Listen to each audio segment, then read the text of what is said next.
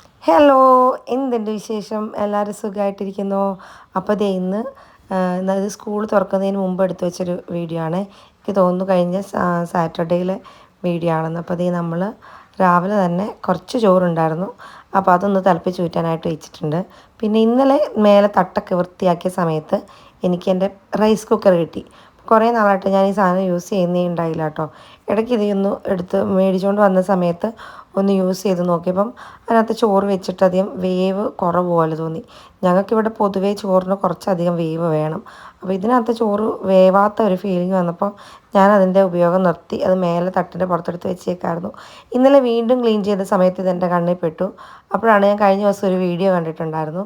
ഇത് നമ്മൾ വൈകുന്നേരം ഒന്ന് തിളപ്പിച്ച് വയ്ക്കുക, അതിനുശേഷം വീണ്ടും രാവിലെ എണീറ്റിട്ട് വീണ്ടും ഒന്നുകൂടെ തിളപ്പിക്കുക. എന്നിട്ട് നമ്മൾ വീണ്ടും മൂടി വെച്ച് കഴിഞ്ഞ് കുറച്ച് കഴിഞ്ഞ് ഒരു 2 മണിക്കൂറൊക്കെ കഴിഞ്ഞിട്ട് ഊറ്റിയിട്ടാൽ നന്നായിട്ട് ചോറ് വെന്ത് കിട്ടുമെന്ന് പറഞ്ഞിട്ടൊരു വീഡിയോ. അപ്പോൾ അതൊന്ന് പരീക്ഷിച്ച് നോക്കാമെന്ന് വിചാരിച്ചിട്ട് ഞാൻ അപ്പം തന്നെ പാത്രം കഴുകി അരിയിട്ട് ഒന്ന് തിളപ്പിച്ച് വെച്ചു.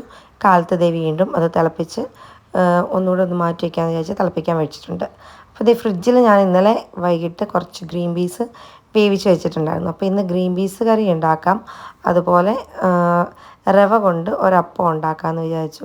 ഈ ഒരപ്പം ഞാൻ ഫസ്റ്റ് ടൈം ഉണ്ടാക്കി നോക്കുകയാണ്. എങ്ങനെ ആകുമെന്നൊന്നും എനിക്കറിയില്ല. ഇൻസ്റ്റഗ്രാമിലൊരു വീഡിയോ കണ്ടതാണ്. നമുക്കൊന്ന് പരീക്ഷിച്ച് നോക്കാമല്ലോ. ഇങ്ങനെ ഓരോ പരീക്ഷണത്തിലൂടെയാണല്ലോ നമ്മൾ ഓരോ റെസിപ്പീസിലൊക്കെ എത്തിച്ചേരുക. അപ്പോൾ ഇപ്പം നമുക്ക് ഗ്രീൻ പീസ് കറി വയ്ക്കാനായിട്ട് സവോളയും ഇഞ്ചിയും വെളുത്തുള്ളിയൊക്കെ ഒന്ന് അരിഞ്ഞെടുക്കാം. ഈ സവോള അരിയാൻ ഭയങ്കര നീറ്റിലുള്ള സവോളയായിരുന്നു കേട്ടോ. അത് നല്ല ചുവന്ന സവോള. വലിയ സവോളയാണെന്നുണ്ടെങ്കിൽ ഇത്രയധികം കണ്ണ് നീറില്ല. ഈ ചുവന്ന സവോള അരിഞ്ഞാൽ എൻ്റെ കണ്ണിൽ നിന്ന് ഇവിടെ നിന്നൊക്കെയോ വെള്ളം ഇങ്ങനെ വന്നുകൊണ്ടേ ഇരിക്കും, ഭയങ്കര നീറ്റൽ. അപ്പോൾ അങ്ങനെ നമ്മളുടെ സവോളയൊക്കെ അരിഞ്ഞ് മാറ്റി വെച്ചു. അപ്പോഴേക്ക് നമ്മളുടെ ചോറ് അവിടെ ഇരുന്ന് തിളച്ച് അത് നമുക്കിനി റൈസ് കുക്കറിനുള്ളിലേക്ക് മാറ്റി വെച്ചിട്ട് അതങ്ങ് മൂടി ഒരു സൈഡിലേക്ക് വയ്ക്കാം. അതവിടെ നിന്ന് വെന്ത് വന്നാൽ മതി. ഇവിടെ പൊതുവേ ചോറിന് കുറച്ച് വേവ് കൂടുതലാണ് ചേട്ടന്, ഇല്ലെങ്കിൽ ആൾക്ക് ഇഷ്ടമില്ല. ആളുടെ കൂടെ കൂടി കഴിഞ്ഞ് പിന്നെ എനിക്കും നല്ല വെന്ത ചോറാണ് ഇഷ്ടം. അപ്പോൾ നമ്മളെന്തായാലും റവയുടെ അപ്പം ഉണ്ടാക്കാൻ പോവാണ്. അപ്പോൾ അതിന് വേണ്ടിയിട്ട് നമ്മൾ മിക്സിയുടെ ജാറിലേക്ക് 1.5 കപ്പ് റവ ഇട്ട് കൊടുക്കുന്നുണ്ട്. ചെറിയ 2 മീഡിയം സൈസിലെ പൊട്ടറ്റോ ഇതുപോലെ ക്യൂബായിട്ട് അരിഞ്ഞിട്ട് ചേർക്കുന്നുണ്ട്. പിന്നെ കുറച്ച് കൊച്ചുള്ളി, ഒരു 3-4 അല്ലി കൊച്ചുള്ളി നന്നാക്കി ചേർത്തിട്ടുണ്ട്. ഇനി നമുക്കിതിലേക്ക് ആവശ്യത്തിന് ഉപ്പും കൂടി ഇട്ട് കൊടുക്കണം. ഇനി നമ്മളിതിനകത്ത് മെയിനായിട്ട് ചേർക്കാൻ പോകുന്ന ഇൻഗ്രീഡിയൻറ്റ് തൈരാണ്. ഒരു 1/4 കപ്പോളം തൈരും കൂടെ നമുക്ക് ചേർത്ത് കൊടുക്കാം. അധികം പുളിയില്ലാത്ത തൈര് വേണം കേട്ടോ ചേർത്ത് കൊടുക്കാനായിട്ട്. അധികം പുളിയുള്ള തൈരായ നമ്മളുടെ അപ്പത്തിന് നല്ല ടേസ്റ്റ് ഉണ്ടാവില്ല. അപ്പോൾ ഇതെല്ലാം കൂടെ ചേർത്ത് കൊടുത്തിട്ട് നമുക്ക് നന്നായിട്ടൊന്ന് അടിച്ചെടുക്കാം കേട്ടോ. ഇതിനകത്ത് നമ്മളിനി എക്സ്ട്രാ വെള്ളമൊന്നും ചേർക്കേണ്ട കാര്യമില്ല. ഇങ്ങനെ തന്നെ അടിച്ചെടുത്താൽ മതി. ഈ ഒരു രീതിയിൽ നമുക്ക് അപ്പത്തിൻ്റെ ബാറ്റർ കിട്ടും.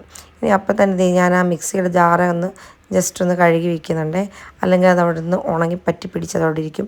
പിന്നെ അത് കഴുകണമെങ്കിൽ പിന്നെ ഭയങ്കര മെനക്കേടാവും. ഇത് സോപ്പൊന്നും ഇടാണ്ട് ജസ്റ്റ് ഒന്ന് കഴുകി മാറ്റി വയ്ക്കുന്നുള്ളൂ. പ്രത്യേകിച്ച് വേറെ ഒന്നും അതിനകത്തില്ലല്ലോ.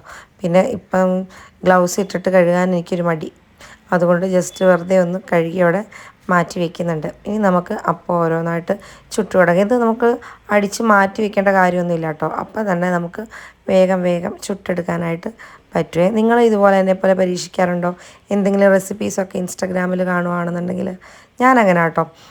നമ്മൾ ഇതുവരെ ഉണ്ടാക്കാത്ത സാധനങ്ങളൊക്കെ ആണെങ്കിൽ, നമ്മുടെ വീട്ടിൽ തന്നെയുള്ള ഇൻഗ്രീഡിയൻറ്റ് വെച്ചിട്ടുള്ള സാധനങ്ങളൊക്കെ ആണെങ്കിൽ ഞാനൊന്ന് പരീക്ഷിച്ച് നോക്കും.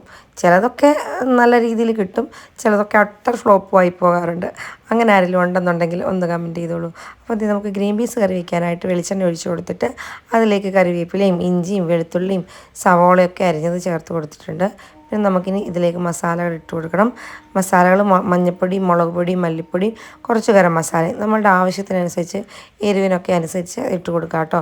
അപ്പോൾ മസാല നമ്മുടെ സവോള ഒന്ന് വഴന്ന് വന്നപ്പോഴേക്ക് മസാലയൊക്കെ ഇട്ട് കൊടുത്ത് തീ ഒന്ന് കുറച്ച് വെച്ചിട്ട് നമുക്ക് നന്നായിട്ടൊന്ന് വഴറ്റിയെടുക്കാം. എന്നിട്ട് അതിൻ്റെ പച്ചമണം മാറി കഴിയുമ്പോൾ നമുക്ക് വേവിച്ച് വെച്ചിരിക്കുന്ന ഗ്രീൻ പീസും കൂടെ ചേർത്ത് കൊടുത്താൽ നമ്മളുടെ ഗ്രീൻ പീസ് കറി ഇവിടെ റെഡിയാകും. വേണമെന്നുണ്ടെങ്കിൽ നമുക്ക് കുറച്ച് തേങ്ങ കൂടെ ഈ സമയത്ത് അരച്ച് ചേർക്കാം കേട്ടോ. ഞാൻ സാധാരണ ഗ്രീൻ പീസ് കറിയും കടലക്കറിയൊന്നും വയ്ക്കുമ്പോൾ തേങ്ങ അരച്ച് ചേർക്കാറില്ല. പക്ഷേ അത് അരച്ച് ചേർത്താൽ കുറച്ചുകൂടെ ടേസ്റ്റ് ഉണ്ടാവും. അപ്പോൾ നമ്മളുടെ കറിയൊക്കെ ഏകദേശം ആയിട്ടുണ്ട്. ഇനി നമുക്ക് അപ്പത്തിനുള്ള പണിയും കൂടെ തുടങ്ങാം അല്ലേ. അപ്പം ഞാൻ ഓരോന്നോരോന്നായിട്ട് ചുട്ടെടുത്ത് അപ്പം തന്നെ കൊടുക്കുമെന്നല്ല, പിള്ളേർ എണീറ്റ് വന്നിട്ടുണ്ടായിരുന്നില്ല ആ സമയത്ത്. അതുകൊണ്ട് ഞാൻ അപ്പം ഒരുമിച്ച് ഉണ്ടാക്കി വെച്ചിട്ട് പിന്നീടാണ് അവർക്ക് കൊടുത്തത്. സാധാരണ ഞാനിങ്ങനെ അപ്പം ഉണ്ടാക്കുകയോ അല്ലെങ്കിൽ ദോശ ഉണ്ടാക്കുകയോ ചെയ്യുന്ന സമയത്ത് അപ്പം തന്നെ ചൂടോടുകൂടി ഉണ്ടാക്കി കൊടുക്കും. അത് അവർക്ക് ഭയങ്കര ഇഷ്ടമാണ് കഴിക്കാൻ. ഞാൻ 10 മണിക്കാണ് എണീറ്റ് വന്നത് തന്നെ. അവർ ഈ സമയത്ത് എണീറ്റിട്ടുണ്ടായില്ല. പിന്നെ അവർ എണീറ്റ് വരുമ്പോഴത്തേനും ഒരുപാട് ലേറ്റാവും ഞാൻ പിന്നെ അത് ഉണ്ടാക്കാനായിട്ട് നിന്ന്. അതുകൊണ്ടാണ് ഞാൻ ഒരുമിച്ച് അങ്ങ് പിന്നെ ചുട്ട് വെച്ചത്. ഞാൻ കുറച്ച് കൂടുതൽ ക്വാണ്ടിറ്റി എടുത്തു എന്ന് എനിക്ക് സംശയമായി. കുറച്ച് കട്ടി കൂടുതലുണ്ടായി ആദ്യം ഒഴിച്ച മാവിൽ. ഞാൻ 1.5 തവി ആദ്യം മാവ് ഒഴിച്ചിട്ടുണ്ടായി. പിന്നീട് അടുത്ത് ഉണ്ടാക്കി നോക്കിയപ്പോഴൊക്കെ 1 തവി വീതമാണ് ഉണ്ടാക്കി. അപ്പോൾ എനിക്ക് നല്ല സോഫ്റ്റായിട്ട് തന്നെ അപ്പം കിട്ടി കേട്ടോ. ഞാൻ വീഡിയോ കണ്ടതിനകത്ത് ഇവരിത് മാവ് ഒഴിച്ച് കഴിഞ്ഞ് ഇങ്ങനെ ബബിൾസ് ഇതുപോലെ വരും. അത് കഴിഞ്ഞിട്ട് തിരിച്ചിട്ട് കഴിയുമ്പോൾ നമ്മൾ ചപ്പാത്തിയൊക്കെ പൊന്തി വരില്ലേ, അതുപോലെ ഇങ്ങനെ ചെറുതായിട്ട്, അത്രയും ഇല്ലെങ്കിലും ചെറുതായിട്ട് ഇങ്ങനെ പൊന്തി വരുന്നുണ്ടായിരുന്നു. പക്ഷേ എൻ്റെ അങ്ങനെയൊന്നും പൊന്തി വന്നില്ല കേട്ടോ. ഞാൻ കുറേ ഇങ്ങനെ പ്രസ് ചെയ്ത് നോക്കി, പക്ഷേ അങ്ങനെ പൊന്തിയൊന്നും വന്നില്ല. അങ്ങനെ വന്നില്ലെങ്കിലും നല്ല സോഫ്റ്റും ആയിരുന്നു, നല്ല ടേസ്റ്റും ആയിരുന്നു കേട്ടോ. എനിക്ക് അപ്പം ഭയങ്കരമായിട്ട് ഇഷ്ടപ്പെട്ടിട്ടുണ്ട്. അപ്പോൾ ഇത് ഇങ്ങനൊരു എളുപ്പത്തിലൊരു അപ്പം ഉണ്ടാക്കണമെന്ന് നിങ്ങൾക്ക് ആർക്കെങ്കിലും തോന്നുകയാണെങ്കിൽ ഇത് ഈ ഒരു റെസിപ്പി ഒന്ന് ട്രൈ ചെയ്ത് നോക്കിക്കോളൂ. നല്ല ടേസ്റ്റ് ഉണ്ടായിരുന്നു. അപ്പോൾ ഇത് ഇന്നത്തെ അടുക്കളയിലെ പണിയൊക്കെ ബ്രേക്ക്ഫാസ്റ്റിനുള്ളത് കഴിഞ്ഞു കേട്ടോ. അപ്പം ഞാൻ പറഞ്ഞില്ലേ, ഇത് സ്കൂൾ തുറക്കുന്നതിന് മുമ്പുള്ള വീഡിയോ ആയതുകൊണ്ട് ബ്രേക്ക്ഫാസ്റ്റൊക്കെ കഴിച്ച് കഴിഞ്ഞിട്ട് പിന്നെ വന്നിട്ടാണ് ലഞ്ചിൻ്റെ പണിയൊക്കെ നോക്കി. ഇപ്പോൾ സ്കൂൾ തുറന്ന് കഴിഞ്ഞ പിന്നെ ഈ റുട്ടീനൊക്കെ മാറി. രാവിലെ ബ്രേക്ക്ഫാസ്റ്റ് ഉണ്ടാക്കി മക്കളെ പറഞ്ഞു വിട്ട് അപ്പം തന്നെ ഞാൻ ലഞ്ചിൻ്റെ പണിയും കൂടെ നോക്കുന്നുണ്ട്. പിന്നെ ഈ പിള്ളേർക്ക് പാൽ വേണമെന്ന് പറഞ്ഞിട്ട് പാലും കൂടെ ചൂടാക്കി കൊടുക്കുന്നുണ്ട് കേട്ടോ. ഈ പണി കഴിഞ്ഞപ്പോഴത്തേക്കിന് ഈ പരുവായി. ഭയങ്കര ചൂടാണ് ഇവിടെ. അപ്പോൾ ഇനി നമുക്ക് അടുത്ത വീഡിയോയിൽ കാണാം.